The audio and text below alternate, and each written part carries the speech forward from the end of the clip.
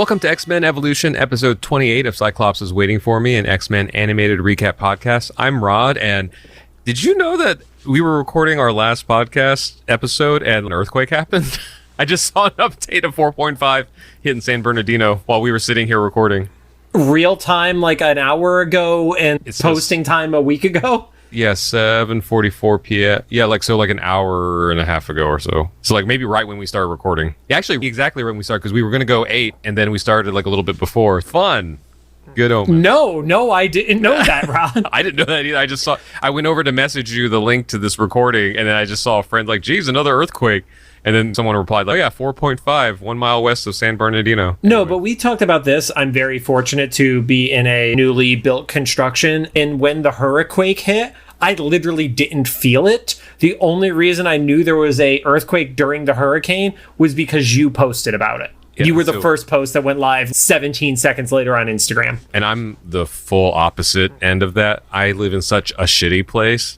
And it's so shoddy that you can't feel anything here either. Everything's moving all the time. And I'm JC, and because the only way I hold myself accountable in the real world is to say stuff on this podcast, the week following the Super Bowl, I will start streaming weekly on Sunday nights again. Oh, nice. What are you doing on there? I don't fucking know yet. I had to say it somewhere to hold myself to actually do it. Right.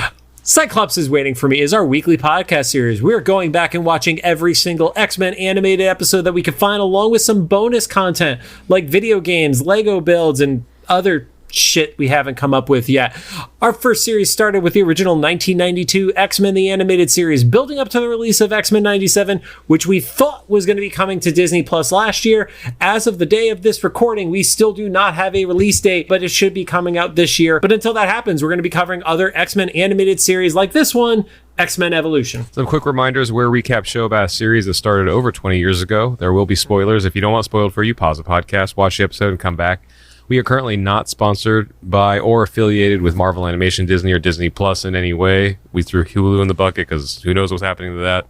It looks like they're gradually merging into one service. Don't forget to follow us on social media at Cyclops IWFM Pod on Instagram, TikToks, Threads, even though I forget to post there, Twitter, which is really only useful for finding out about earthquakes, and Facebook. And of course, make sure you follow us on all of your favorite podcast services. Follow us on multiple podcast services. If you have multiple apps, follow us on all of them. And if you were on Google, go subscribe to our YouTube channel. Because Google Podcasts is no more.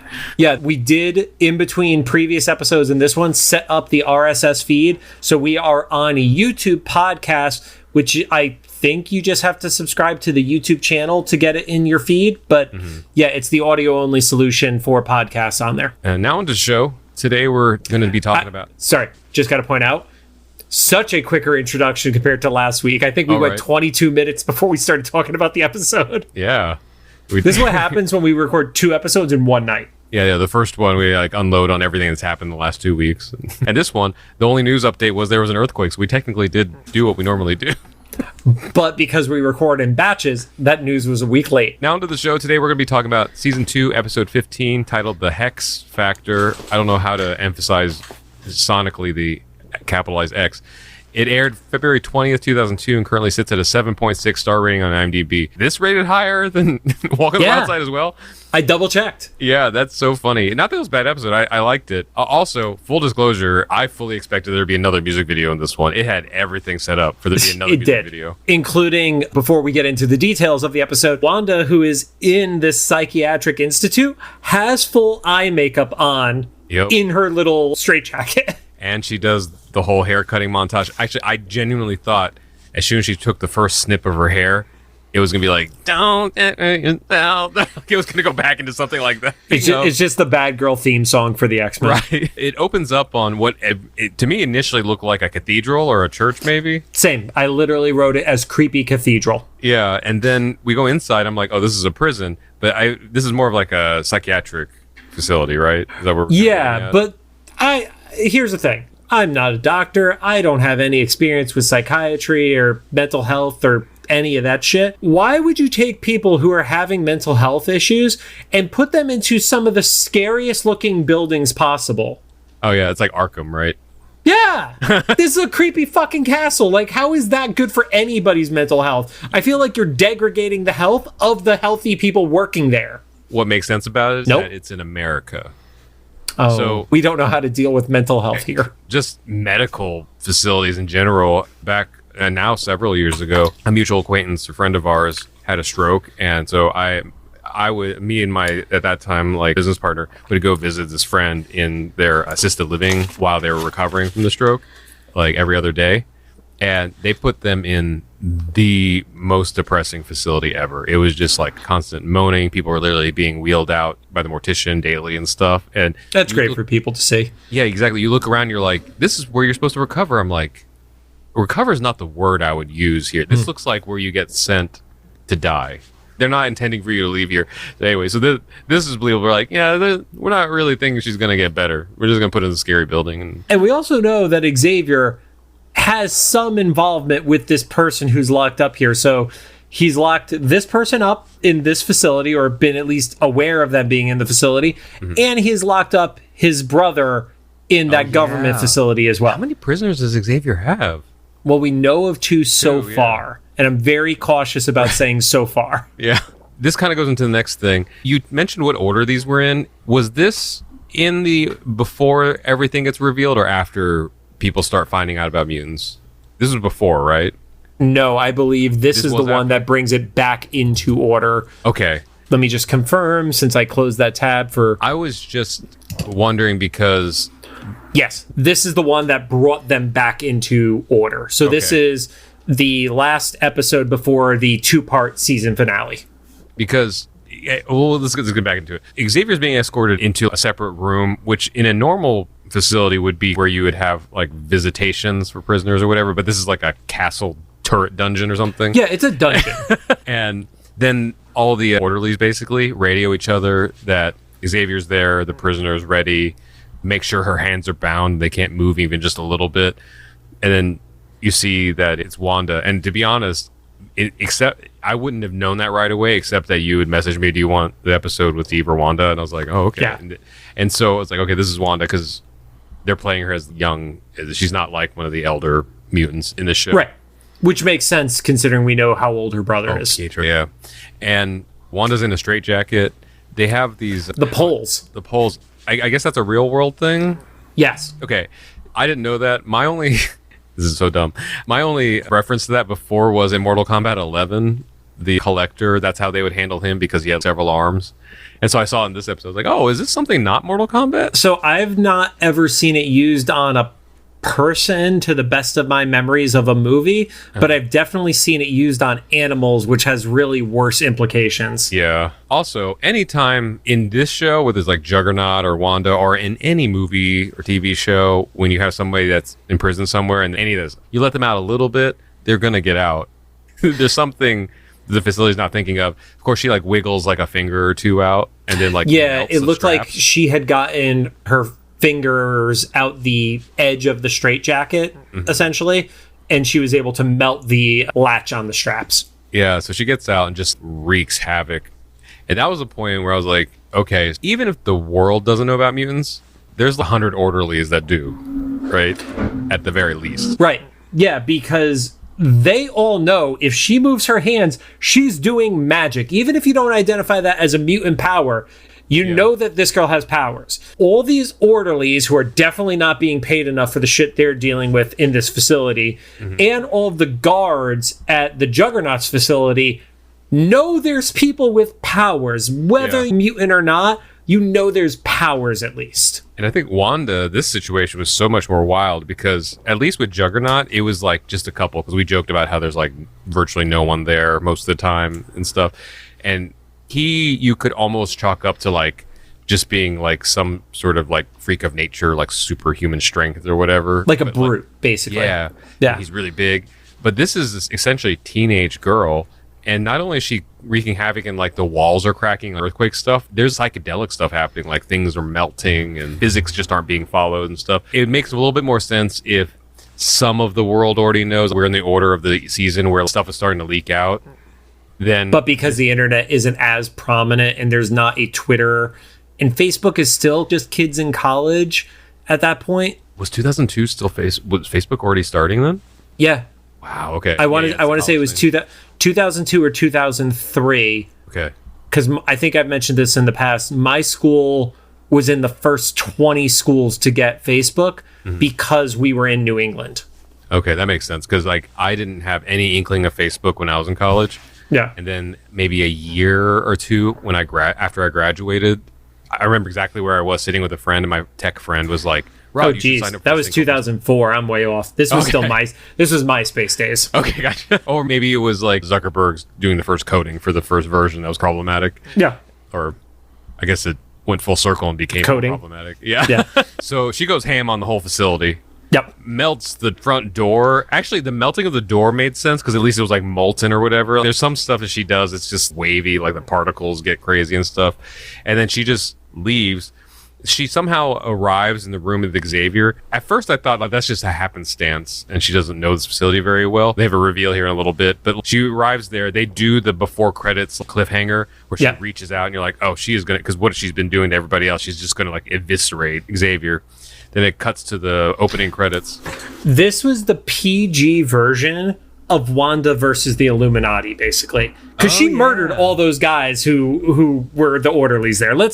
They did not all survive this. That was what I was gonna say. Okay, so when they come back from the credits, there's a very quick like recoil where Xavier calms her down, and he's like, "I thought we learned to control our anger and stuff." And then I'm like, okay, so they've been having regular meetings. He's her psychiatrist. Do 50 people die every time he comes to visit this place to help her? Because she clearly killed people back there. That was my question. Why did he not just be there to walk her out of her cell to the room? Yeah, I guess. Because he's the one person who could like keep her under control. And some of the guards seem to get that. Yeah, because 2 guards came in after that, and they were like, "Oh, we gotta get her." And he's like, Xavier's like, "Oh, she's good now," because he. And they just accept it, and there was no impression that he did any mind tricks. Yeah, so I don't know. It was wild. So you get the Xavier let those people die is the translation. And we don't know how many visitations this is, but it seems like a lot. If he thinks that they got past a milestone getting over anger issues. Yeah. Because going to therapy, if you've ever been, for a normal, non-powered, magical human is a considerable amount of time to hit a milestone like that. Right. So I can only imagine if you could do that and also warp reality. Probably takes a little longer. Quite a few people have died. Yeah. Wanda just points out that she wants out. She doesn't really give a shit about anything else. And then he's like, I can't take the risk at my institute. And I'm like, damn, this version of Chuck is cold. Right. So we've talked in recent episodes about the X-Men group on Facebook. And this is one of those times where I don't want to come off as comic snob by any means, but there are a few people who have been posting, oh, I don't like XYZ that they've done with Xavier, and they talk about different things. And a few of us who have read the comics are like, guys, all due respect, shy of 1992 and some of the stuff in the Fox live action movies, Charles is a dick. Like, Charles is traditionally not the greatest of guys. Like, he takes liberties like this, and I just can't bring you into my facility that has, a teacher that tried to eat one of our students, the guy who I just found out fought the Nazis. And also, she's a teenager with reality warping powers. That's insane. Of anybody who needs to actually be trained the most, it's her. Could you, I don't think we ever get clued in to us if Xavier knows that she's Magneto's daughter. They don't think they talk about it with Xavier. She does with Pietro. And we obviously know. But how wild would that have been? Like, because you're right. I don't think he addresses it because that's another one of those, oh, your enemy is your daughter's therapist. So many things happening right there. You're right. It is not addressed. Of course she doesn't give a shit. Yeah, that's not what she wants to hear. Yeah. They don't even get 2 sentences out, and then the doctor comes in and he's like, excuse me, we have to cut this short today because we have to do some more MRIs and radiology. 2 things. Cut short is like an understatement because it was literally a 14-second interaction. Yeah. More time passed when all those orderlies and guards were killed. B, why don't they use that long-range MRI they used in the previous episode? Because this is not a SHIELD facility, Rod. If this was a SHIELD facility, she wouldn't be getting visitation. Nick Fury doesn't fuck around. I also love MRI is mentioned in 2 episodes in rapid succession. I don't think we've heard MRI the entire first series or up until this point. Yeah, and used in vastly different forms. Like, one of them is essentially like a telescope that can X-ray, and this one sounds like a more traditional one because they have to take her away. And one time it's being used as a metal detector. Right. Also, we didn't talk about it last episode. I'm pretty sure you're not allowed to have metal in your pockets during an MRI. Oh, yeah, because it's magnetic. Is that the M in MRI, I'm assuming? Sure. We are not engineers. We are not scientists. We are definitely not doctors. Yeah. Xavier accepts it very quickly. Maybe he just wants to get the hell out of there because he's a shitty professor. Right. And then the doctor walks Wanda out. I don't know what it was about this. Maybe I'm just getting used to the way they portray body language in this. My next note was like, this is clearly Mystique. And I don't have any hints or anything. It's just that like random doctor walks in and is like walking down the hallway with Wanda, and it keeps mounting. The evidence keeps mounting because he holds up his badge and they're like, right. We just got to go do some x-rays. And then they go into the hallway, and then this was the final hint, was they walk right past the radiology room. Yeah. And Wanda even looks over. This is so awkward that even Wanda, who just had a rage fit of murdering everybody, was like, wait, Will's back there. Also, the YouTube algorithm is going to love how many times we've said killed and murdered in this episode. No, it's one of those things where there's something about this version of Charles, and I don't know if it's maybe this version is more of a dick or he's not as experienced as other versions of Charles. But yeah, if you're in there for a session after she nearly killed, quote unquote, a bunch of people, I would actually make the argument that you shouldn't be worried about the MRIs right now, and you should worry about your session more. But yeah. He's so like, I just gave her this bad news that she can't come to the Institute again. She probably is going to try to kill me. I don't want to deal with her. Mm-hmm. And his solution is, yeah, go have MRIs. Right. I also didn't think about this until just now. No one's addressed like the structural integrity of that building. She like cracked walls and stuff, and that was only that day. And also, they don't put her back into a straitjacket when she now is like just coming off of a rage high. That's so funny. Not for the people that have been murdered, Rob. Right. They pass radiology and they go into a stairwell, clearly escaping. And she gets a little freaked out by the stairwell, though. Oh, I didn't notice. Yeah, at first she like gets a little nervous, and Mystique like eggs her on to keep going. So, and they keep walking out, but as they get outed, for lack of better words, because she's in places she's not supposed to be. She's destroying everything on the way out in a myriad of ways. You're gonna laugh at me for this next thing. I eventually figure it. Well, I don't figure it out. They tell me. They go outside, and I just say, outside there's an old lady in a robe, and she puts a spell on her, and she falls asleep. That's all I had. And then Mystique looks like she walks back inside, but I guess she doesn't go inside. She just goes elsewhere. I got the impression she went back in to go fuck shit up. Okay. So it wasn't just me. I thought she went back inside too. You're forgiven only because, not being a comic reader, you are not used to the old lady version of Agatha. And I don't even really have that excuse. I tried to give you an outline. Yeah, I know. Because even when Catherine Hahn got introduced as Agatha, I remember there being a big deal. She's not some old lady. The MCU has this, even not just the MCU proper, but like all the Marvel Extended Universe stuff, with this Madame Web movie coming out and stuff. Madam. Not Madame. Okay. Madame Web stuff coming out. They're just taking all the old ladies and making them young. Aunt May. Oh, yeah. You know, and Agatha here is strangely consistent. Let's just put it that way. But I remember seeing images of Agatha then. I should have put it together because it's Wanda, but I didn't. Right. Then we're back at the high school, not the institute. Okay, this is gonna be part 2 of my what's up with that milk carton thing. Kurt can't get into his locker. And he had a key. Did you have a key for your locker? I've never had a key for a school locker. No, I didn't, because we were only allowed to use locks with a combination. You were not allowed to have a lock with a key as the only solution for it.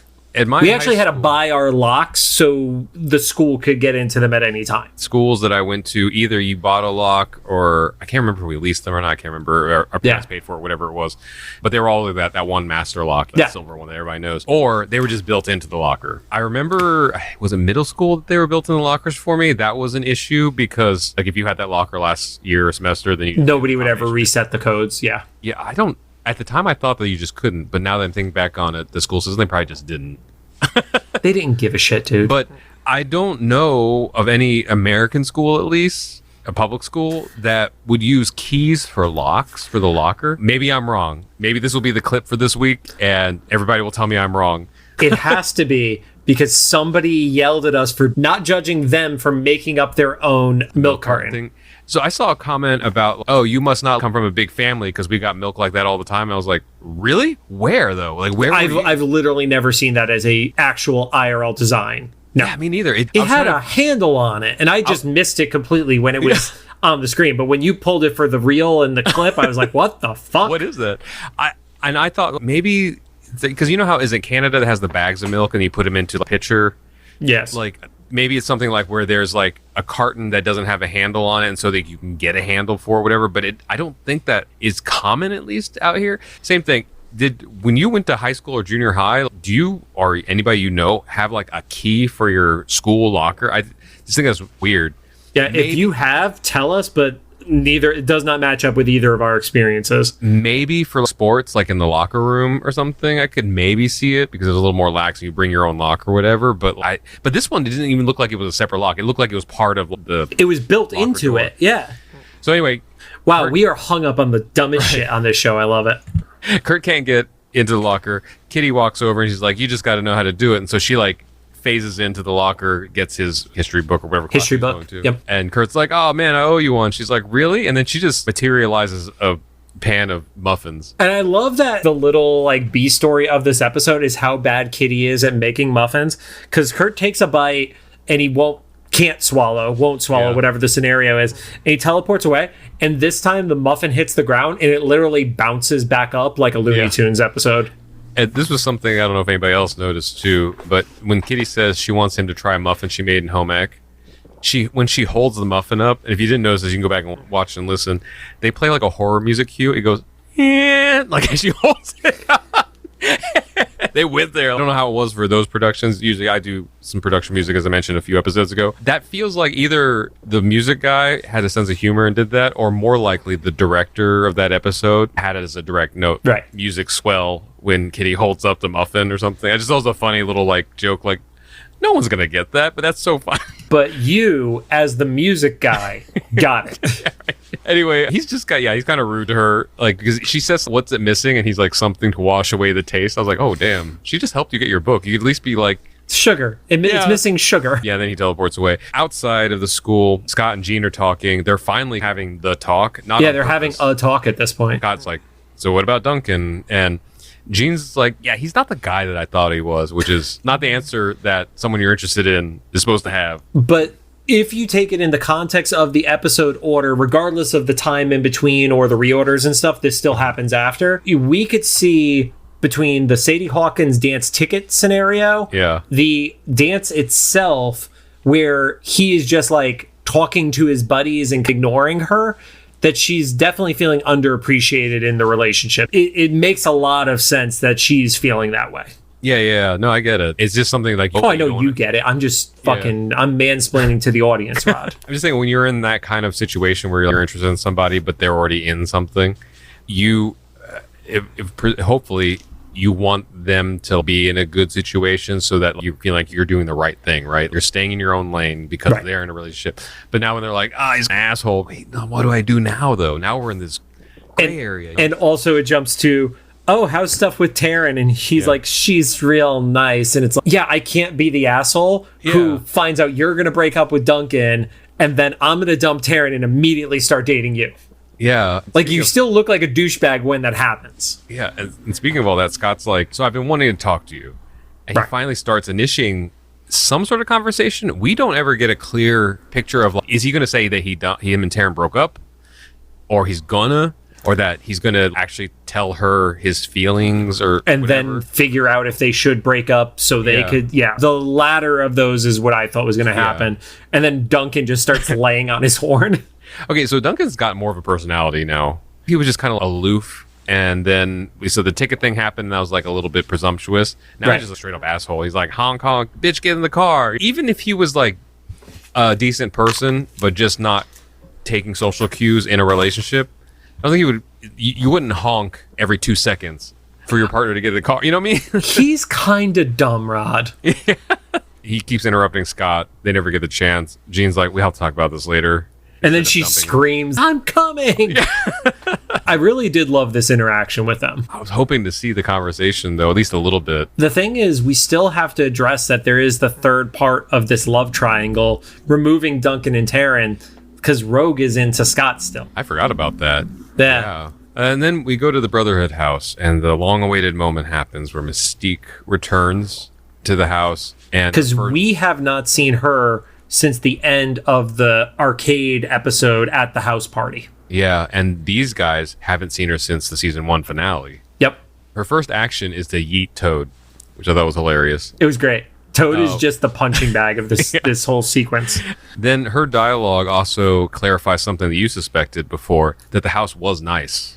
Yeah. And they fucked it up. And that's why her room stayed nice, because it was off limits. Until Boom Boom took it over, Yeah. And so she was like, "What did you do to my house?" And then she said, this is less of a Brotherhood house and more, is probably like something Mystique just owned and then invited all these team members into. And then she makes a good point. These guys are losers because since she left, they have not had a single victory over the X-Men. I was honestly waiting for one of them to make a dumb comment of, "We beat the X-Men and got to go to Asteroid M and you didn't." I was literally waiting for that to happen. Yeah. Sadly, it did not. And then she also points out to Lance that she knows that one of you tried to join them. She doesn't quite say that she was Risty the whole time. Just more, maybe she's holding that card in her back pocket just so that she seems more ominous to these boys. And at the very least, because later she talks about stealing files, it could be interpreted by the boys that she just stole that. It was in the files that she had gotten. And then Boom Boom starts walking down the stairs. I know this is a long shot, but if someone wanted to make a She's All That reference, this could be it, I guess, because she's walking downstairs and everybody's looking at her. Ironically, there was a post today where somebody must have had an autocorrect issue, and they said, "What's the difference between Morph and Mystic?" Okay. And I started laughing because having watched the episode yesterday in preparation for the recording, Boom Boom is like, "Oh yeah, so this is Mystic you're talking about." And Mystique responds back by calling her Bam Bam, which I thought was great. Which hopefully, I think everybody that listens to this is about our age or within a decade or so you know who Bam Bam is. Not according to Spotify analytics. We have a group that is between 13 and 17 who should not be listening to our trash, but they are. Okay, so if you're 13 to 17, do you know who Bam Bam is? I feel like everybody knows who the Flintstones are, but I could be wrong. Because of the John Goodman movie, which probably still came out right around the time they were children, so yeah. I know it was probably a bad movie, but I have real nostalgia for those two movies. I think the first one was actually pretty decent, and it was the second one that fell apart because John Goodman didn't come back for the sequel. I like that era of the 90s, sheen over those movies that is a camp. Yeah. That is just fun, not taking steps too seriously. But I was actually wondering if there was more people that knew it from do you still have Flintstones vitamins?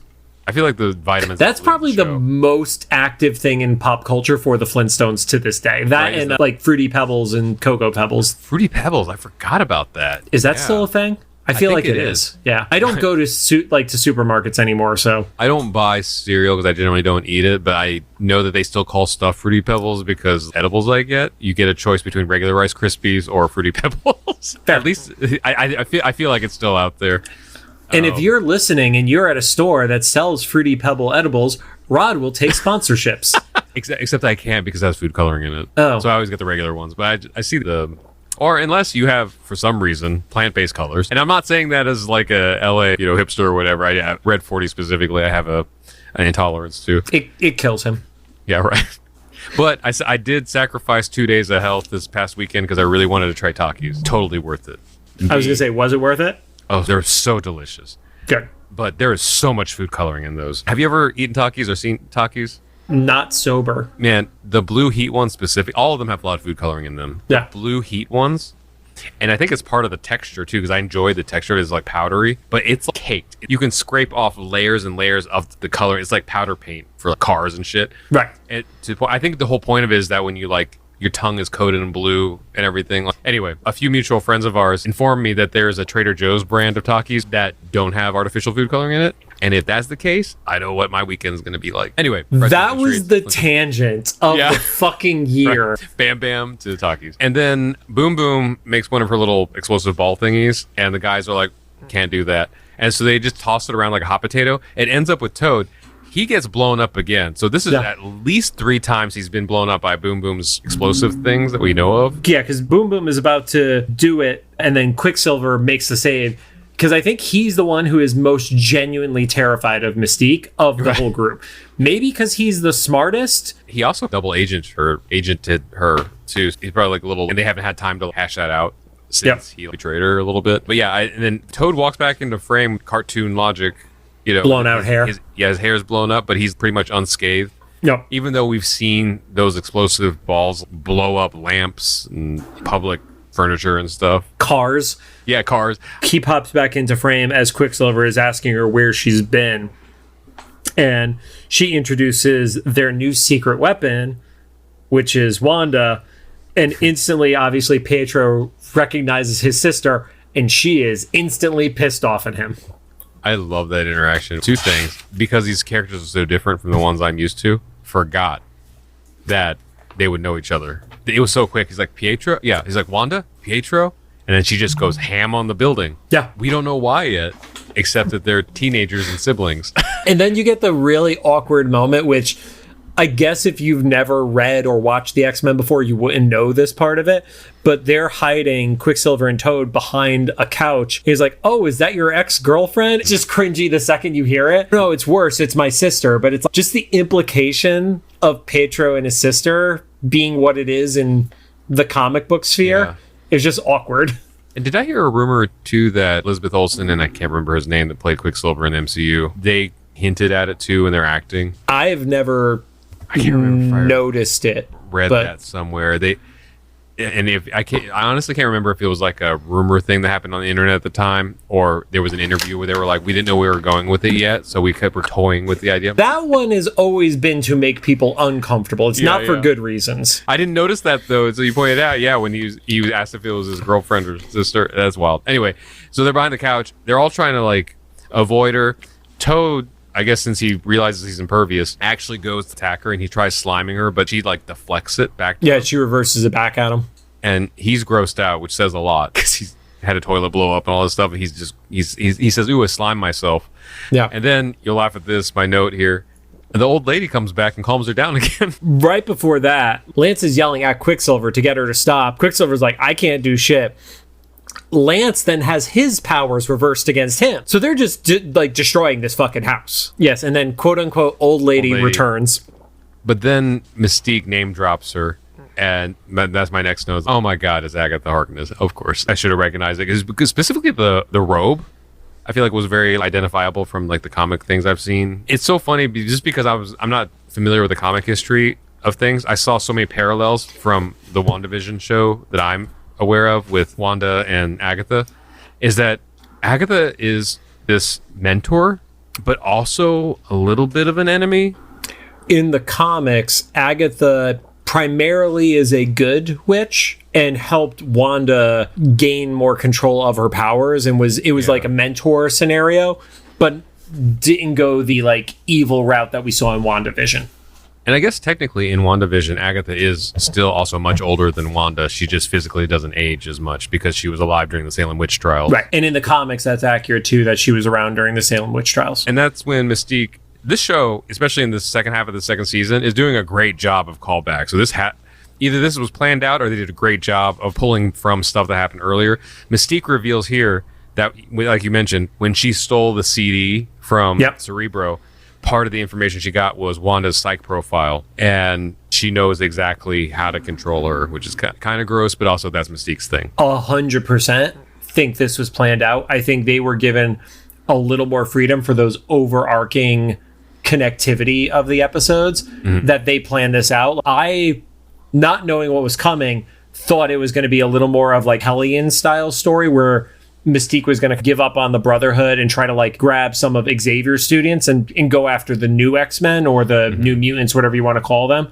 But her just being like, who's the most powerful one I could fucking target, and picking Wanda. And speaking of grabbing the X-Men, something I forgot to mention earlier is when Mystique first arrived at the house, one of the first things she did was tell Boom Boom to get out of her room. So clearly she's aware of that. So at this point now, Boom Boom vacated the room and she's leaving. And as she's leaving the house, you see Mystique's room blow up.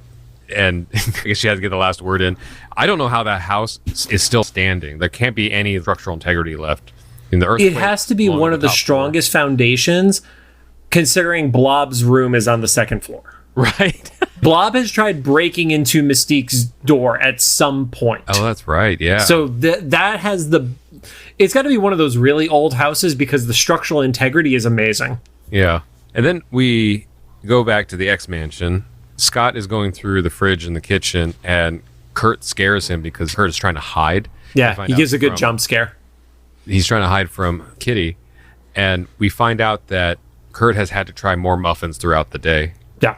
And he can't take any more. He says it's still not out of his system yet. And I think they indicate this is like her 5th batch or something like that. Which, to be fair, that's a lot of muffins even for regular ones. Yeah, Scott says that Kitty is looking for her official taste tester. Man, that is rough. I guess it makes sense if you're a Kitty, you want the same person to... Yeah, because you have to know if you got better or worse. But... And then this was like the sitcom tropes. Right before Kurt takes a bite... So Kitty does come in and find him. Right before Kurt takes a bite of the muffin, Xavier interrupts him. He's like, everybody to the library for a meeting. So Kurt's like, oh, guess I can't try it. And then he teleports away. But when the muffin hits the floor, it breaks the tiles. Yeah. On the kitchen floor. Kitty laughs. That would have broke him, literally. We just destroy our own home. Then we go to the library. Xavier is revealing to the kids, like, Wanda's whole thing. That she was tortured. She was like kind of a tortured mind, and mostly from the trauma of her father abandoning her. Right. When we actually see the flashback, it's not like in the 92 series of the comics where it's like they're infants and it's Magda. Yeah, they're probably 6 to 8 years old because I have no other age group of kids that I can identify. Old enough to remember the people, the settings, the time. Yeah. And Xavier said that he doesn't think that she just got out. He sensed that she broke out. And that there was help. Yeah. Yeah. Oh, yeah, that someone broke her out.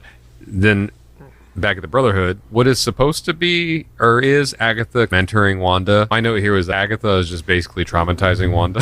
There's this montage of Agatha traumatizing Wanda. Really, she's getting her to face her traumas. It's immersion therapy, right? You can take this trauma and this pain and this anger and make literal magic, but not like Lisa Frank way, like Scarlet Witch magic. Yeah. Like Wiccan witchcraft stuff. Take your chaos and put it into your hexes. Yeah.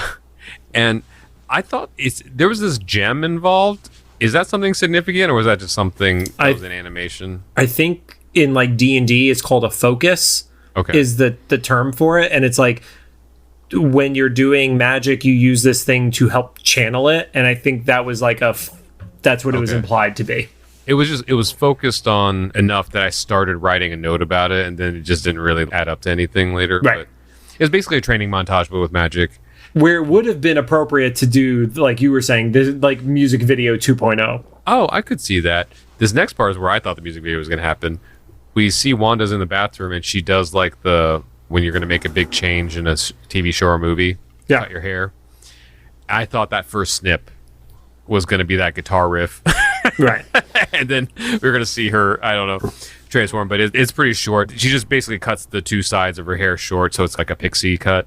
And then Pietro walks in, he's like, hey, we need to talk. And Wanda's like, there's not really much to talk about. Our father put me into an institution. You didn't do shit about it. Which is a little harsh if they're both like little kids, because we saw the flashback. Pietro's very young too. Yeah. Oh yeah, they're twins, aren't they? They are twins. I forgot about that. Yeah, so they're the same age. Yeah, and he's like, I didn't want to leave. And then Pietro, being the dumbass that he is like, he was just concerned about doing what was best for you. And then you see the flashback of them like crying as kids, right, and her like being pulled in by the orderlies and shit. And that flashback is where we have the reveal that was Magneto. Right. I was actually wondering what direction they're going to take with these, because in the MCU, we don't know who Pietro and Wanda's biological parents are, right? Because it's just their adoptive parents we see in WandaVision.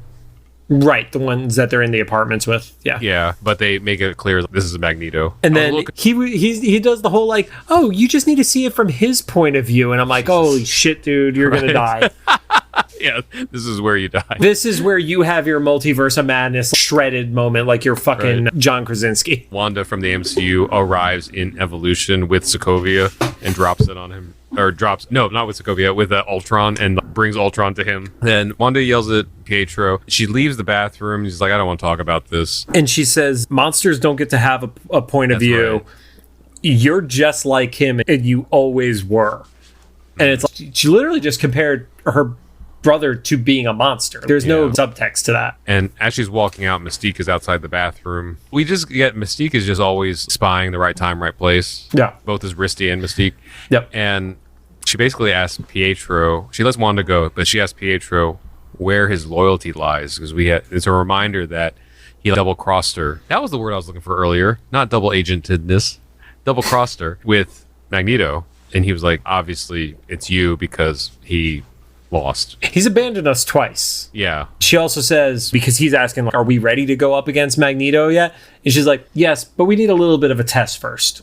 And then back at the X-Mansion, Xavier tells the kids that Cerebro found Wanda. She's with the Brotherhood, and they're currently at the mall. They're all chilling in the kitchen, too. I love that. I love the visual of that. And I'm going to assume it was Kitty. One of the kids were like, maybe they just wanted to go shopping. And Xavier's like, the mall is clearly closed. You know this. And this was 2000s. So I guess it was probably like the end of the evening when all the kids are hanging out. Let's assume 10 o'clock at night. Yeah, like 10-ish. Yeah. And I forget now, that's when malls used to close. I don't know how they close, what time they close in the rest of the country, but right now in LA, post-pandemic, Glendale Galleria closes like 8. There was one mall I was trying to go to the other week to pick up something, and it literally had hours of closing at 7 p.m. on a Sunday. Yeah, so the Galleria closes at 7 on Sundays. Yeah. It's wild. Yeah, anyway, so about that time, this had to have been, and I think Xavier actually said it's been closed for hours, specifically. So this is probably like midnight or later. I don't know, 11 o'clock. Wild. Yeah. The X-Men are like super cocky and confident about it too.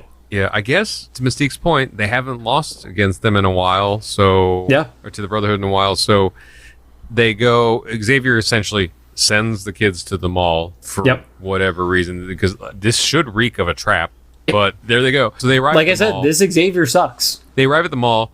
Kitty phases in through the door to let the rest of the team in. Nightcrawler teleports in, and they all decide to split up. Kitty and Kurt initially are together, but they split up pretty quickly. I actually got confused there for a second, because Kitty runs into Lance, and then Kurt's suddenly not there, so they must have just like kind of parted ways. I think it was like, we're going to split the party, and then we're going to split up further on the floors that our party's on kind of scenario. Like the whole, we could take out any of the Brotherhood individually. They're all really weak, so we can handle this.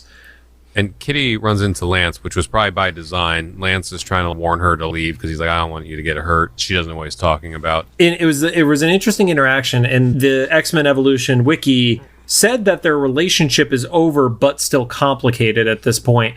I didn't see where they would have split up yet, because they seem to be cozy at the dance. So I don't know if the wiki was accurate on that one. Yeah, or they were never like really together, but they were just toying with, I don't know. Yeah, but yeah, he goes the whole like, you need to get out of here.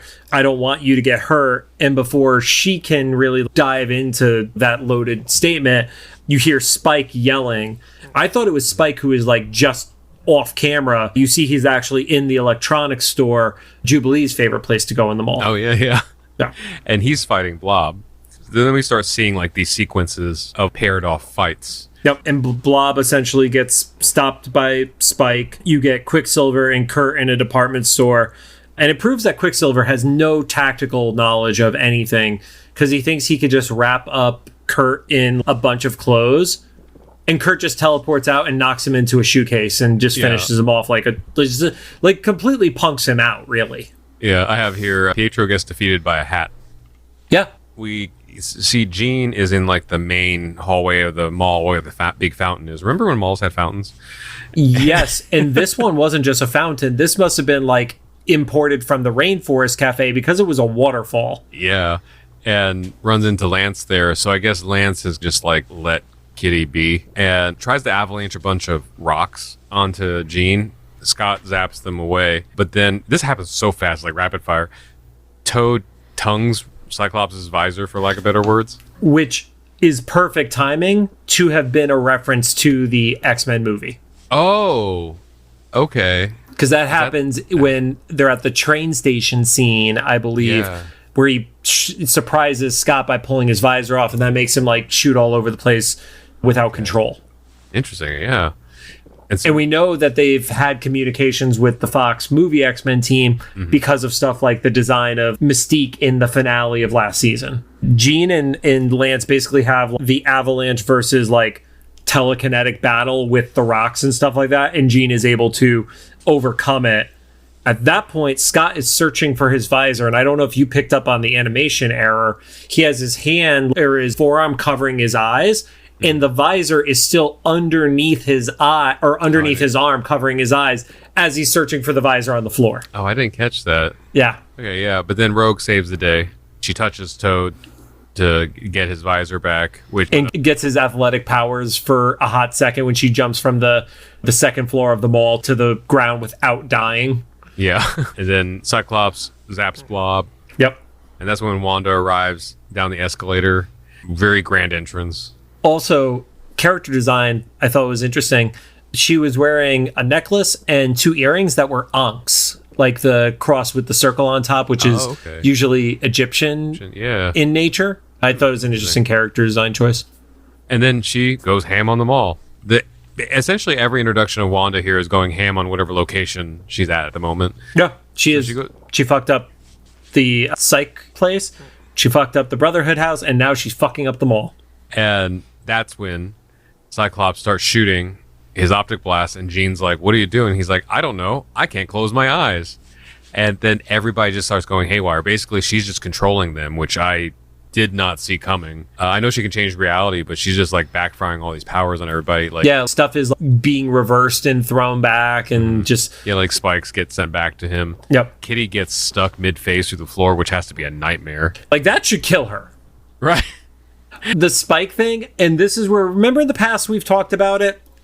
I'm 200% convinced it is absolutely standards and practices, because they go into this fight and he goes into extreme fight mode, and he literally has on elbow pads and a helmet just for this portion of the fight.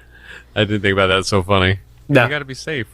You're fighting because he didn't have any of that shit on when he was fighting Blob in the other thing 30 seconds ago. So funny. Has to be standards and practices. And then the Nightcrawler comes in and rescues Kitty. It looks like he intends to teleport them just a few feet away outside, and he's like, I don't know how I ended up out here. Yep, he has no control over it. And then my next note is fuck this mall, because at that point they are just like, everything is falling apart around them, and that's when they have to retreat, and Scott doesn't want to. Yeah, Jean's like, we have to go. We're not winning today. No, this is a tactical retreat. We need to get out of here. Yeah, and so they're leaving literally a pile of rubble behind. There's no roof left or anything. Yeah, and that's where we get Toad being the one to call out Wanda as the big gun, as the Scarlet Witch. Yeah, and I think, which is interesting, because they don't give any context to why they called her that. If you want to nitpick, maybe in that training montage with Agatha, it was revealed some context there or whatever. Right. But I love how, I think it was Toad that said, oh yeah, we beat him. It's like, she beat him. Yeah. All of you technically lost your individual fights. Yeah. And then Quicksilver is like the last one to interact with Wanda, and is like, great that you're so in control. If only our father had known. And she's like, not ours, yours. And I love the family dynamic of them not being on the same page together. And then outside, Xavier's there. I guess he's been there since the start. He had to drive him there. Right. Yeah, drop the kids off at the mall. Yeah. And he's like, one of the lessons you have to learn is how to take an L, basically. Yeah. I guess that was today's lesson. And he also is, I also didn't train you properly for somebody of her level, too. Yeah, it's true. Yeah, especially because he was clearly aware of her, because he was going to Weekly or whatever. He just watched her murder a bunch of orderlies. Right. So he's watching them walk off into the distance. I guess they walked there together. Yeah, they all Incredible Hulked out there. They were just like the sad, we all blew up. And then he's basically like, yeah, it's like a lesson in character. Shut the fuck up, Charles. Like, why didn't you help? Yeah. Yeah, you could like mind wiped all these guys. But I think, if I'm remembering right, if it wasn't the first, it was one of the rare occasions where there was the clearest non-victory, clearest loss for these guys with no happy ending. None whatsoever. It was L's all around for their team. Like, nothing was gained.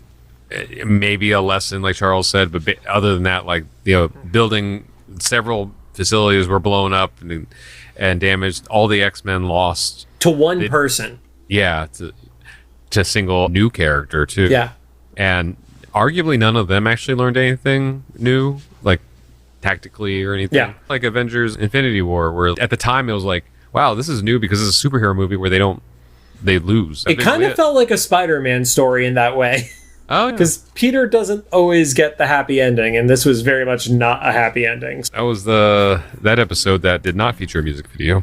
It did not. It should. So the only other note is just the roles of Pietro and Wanda compared to their comic counterparts are sort of reversed. In the comics, early on, even to modern day, Pietro has always had the more adversarial relationship with Magneto, and Wanda was usually the one who was a little more forgiving of him and trying to like play peacemaker between the two. But that was the only other real note that we didn't cover during the episode. Cool. Any other thoughts or anything? I'm excited for the next 2 episodes because they are a 2-part season finale. And from what has been unfortunately slightly spoiled for me, it feels very big. And I'm excited for that. It also has the top rating little tag next to the episodes on IMDb. These may be like people's top 3 episodes for the series popping in for our next week. So that's something great to look forward to. Very cool. Yeah, we're essentially halfway through the series, which is wild to think about. We are just at the halfway mark because I want to say it's 52 episodes or 54 episodes. So we're either this week or next week is the halfway mark for us. Yeah. This episode, I pretty much said everything I wanted to say. In the overall conversation about Wanda, my only kind of thing I'm wondering is, back when we had Stephen Gordon on here, he had alluded to the MCU side had been inspired by his team. Yeah, about something they did with Wanda in Evolution. And so I'm wondering if that has happened in this episode, or if we're going to see something with Wanda later that is more direct, because I didn't see anything outright, but at the same time, I don't have a long history of knowing these characters in the comic books and stuff. Without having seen where the rest of the season goes, the look of Wanda of like in the jacket and the black outfit and stuff like that, basically all the stuff that was without the headdress is very much Steven's style, whereas previously she was always like the pink tights and essentially the WandaVision Halloween episode look. Yeah. That's really what Wanda was in the comics. Okay. Even past this point. She only even started doing like more subdued looks after House of M, which was 5 years real time after this episode, or 4 years real time after this episode came out. Very cool. So I guess we're probably going to see a lot more of her because she didn't actually do anything of consequence in this. They just literally, when Mystique said they were running a test. I don't know. I feel like she fucked up the X-Men pretty bad. I would give her credit for that being of consequence. She messed them up and stuff, but like the story, like she didn't attack the UN or anything. I'm assuming we're going to see her again in more like global context. But interesting episode. Did not expect to see Scarlet Witch pop up. Thanks for joining us. I still feel bad for all the New Mutants who are still like Berserker still has not said more than 3 words the entire series. That voice actor is like, where's my check? Thanks for joining us. If you have any thoughts, make sure to drop them into the comments for either the YouTube upload or official Instagram post about this episode. If you like what you heard, we'd appreciate a rating on the podcast app you're choosing. You can find us on Apple Podcasts, iHeartRadio, Amazon Music, Spotify, YouTube Podcasts, and CastBox. Time to go to bed. Yeah.